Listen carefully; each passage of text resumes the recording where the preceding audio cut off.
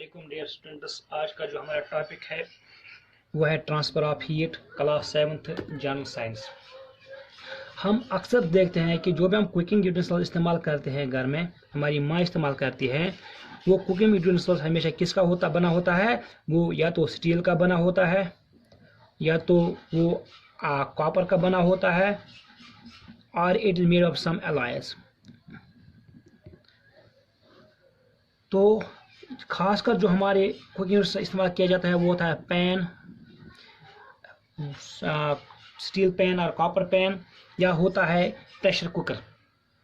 वो क्या होता है कि जब उसमें खाना पकाते हैं तो हीट ट्रांसफर होती है, कहाँ से? स्टोव में हीट प्रोड्यूस होती है, तो वहाँ से हीट ट्रांसफर होती है किसमें? पैन में। लेकिन इसी पैन को जब हम कुछ देर तक, ये बहुत हॉट हो जाता है, फिर इसको नीचे रख कर कमरे में रखते हैं, तो कुछ देर के बाद ये क्या होता है कि यही पैन कूल हो जाता है। तो ये हीट कहाँ से कहाँ तक चली गई? हीट स्टोव से पहले पैन में चली गई, क्योंकि स्टोव का टेम्परेचर ज़्यादा था, हीट का टेम्परेचर, ये पैन का टेम्परेचर कम था, तो हीट ट्रांसफर हो गई फ्रॉम हॉटर ऑब्जेक्ट टू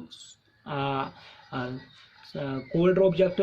फिर क्या हो गया? फिर ये पैन धीरे धीरे अब ठंडी होने लगी, तो इसका मतलब है कि इस पैन से हीट कहीं और ट्रांसफर चली गई, कहाँ पर? सराउंडिंग्स में। तो इस तरह से ये पैन भी कूल हो गई और सराउंडिंग का टेम्परेचर थोड़ा बहुत बढ़ गया। तो हम ऐसा कहते हैं कि heat transfers from hotter object to a cold object, from hotter to a cold object. और जिस फिनोमेना के जरिए ये हीट ट्रांसफर होती है from one object to another object, from objects one end to another end, that process is called conduction. तो जिन चीज़ों के जो the substance which are good conductors of this heat, they are called conductors. That means the substances through which heat pass easily are called conductors. जिन substance के बीच में से हीट पास होती है उनको हम कंडक्टर्स कहते हैं, जिनके बीच में पास नहीं होते हैं उनको इंसुलेटर्स कहते हैं। हमारे पास मेटल होता है, स्टील होता है, iron, copper, they are good conductors क्योंकि इनके बीच में से हीट पास होती है। But wood, plastics and wooden cloths etcetera, they are insulators. इनके बीच, इनमें से हीट ट्रांसफर नहीं होती है। तो अगर हम एक रॉड लेंगे, वो है आयरन रॉड। आयरन रॉड का एक जो टिप होता है उसको मैं क्या करूँगा? हीट करूँगा। ये हीट इसके टिप से फिर इसके जो पिछले वाला हिस्सा है उसमें पास हो जाएगी, वहाँ से आगे पास होगी, आगे जहाँ तक तब तक ये पास रहेगी जब तक कहाँ तक ये दूसरे टिप तक पहुँच जाएगा। हमें कैसे पता चलेगा? अगर हम इस आयरन रॉड को 10 मिनट या 15 मिनट के तक इसी हीट पर रखेंगे तो पहला टिप हॉट हो जाएगा, फिर इसके हम बैक में दूसरे टिप पर, दूसरे एंड पर इसको टच करेंगे तो हमें पता चलेगा कि ये टच भी हॉट हो गया है। तो इसका मतलब इस आयरन रॉड के बीच में से ये हीट ट्रांसफर हो गई from its one end to another and.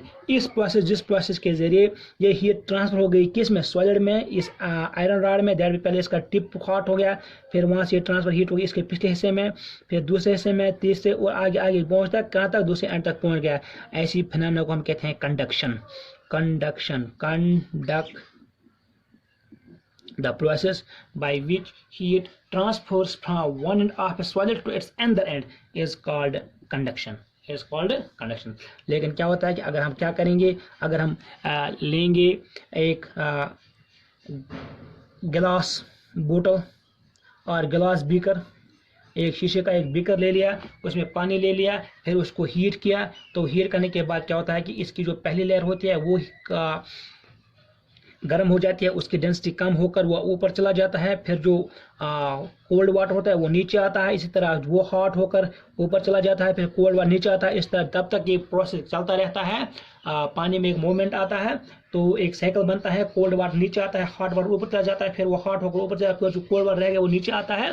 तो इस प्रोसेस को हम कहते हैं कन्वेक्शन। तो कन्वेक्शन लिक्विड्स में होता है और कंडक्शन किस में?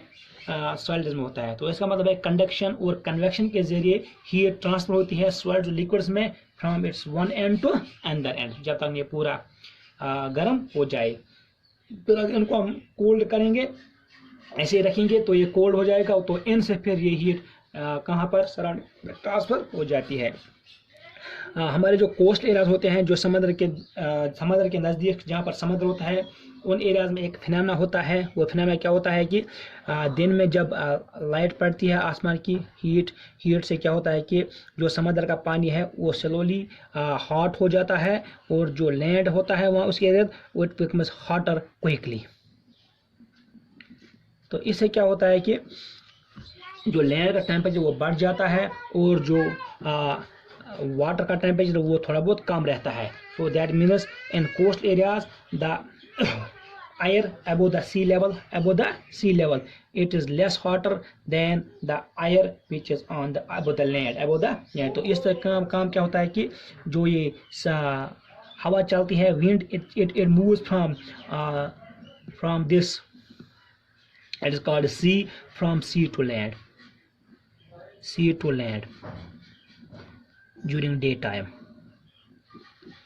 इस प्रोसेस को कहते हैं सी ब्रीज। इस एयर को कहते हैं CBREEZE। एक ठंडी सी हवा चलती है, moment of water, moment of air होता है फ्रॉम कहाँ से, from sea to land, it is called sea bridge.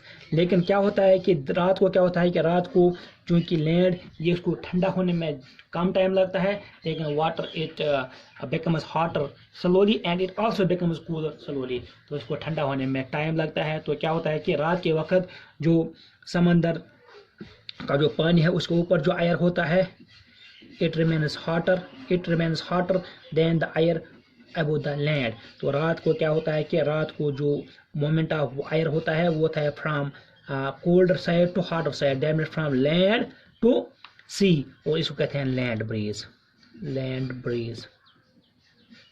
तो लैंड ब्रीज और सी ब्रीज ये दो फिनोमेना होते हैं कोस्ट एरियाज में ड्यूरिंग डे टाइम और during the night time. Thank you very much.